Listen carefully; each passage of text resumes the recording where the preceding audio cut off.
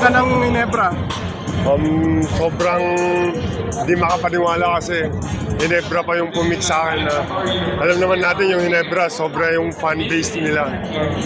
So, sobrang thankful lang kay Lord na na-pick din. Nagsimula ako sa paglalaro nung senior high ako sa FEU Diliman, then transfer ako sa other school, Adamson. Doon ko tinapos yung college career ko. Parang talagang sobrang di ako makapaniwala dahil siguro binigay ni God yung height ko para maging siguro plano lahat ni God to, lahat. Tapos yun lang, ginawa ko lang yung part ko, then dahil sa kanya nandito ako ngayon. Ginebra fan ka ba? Yung bata? Ginebra fan ako kasi siya yung pinakakilalang PBA team eh. Ano gagawin mo anong plano mong gawin sa Ginebra kasi? Kasi sila Japet ang nilaro yung Bisman doon.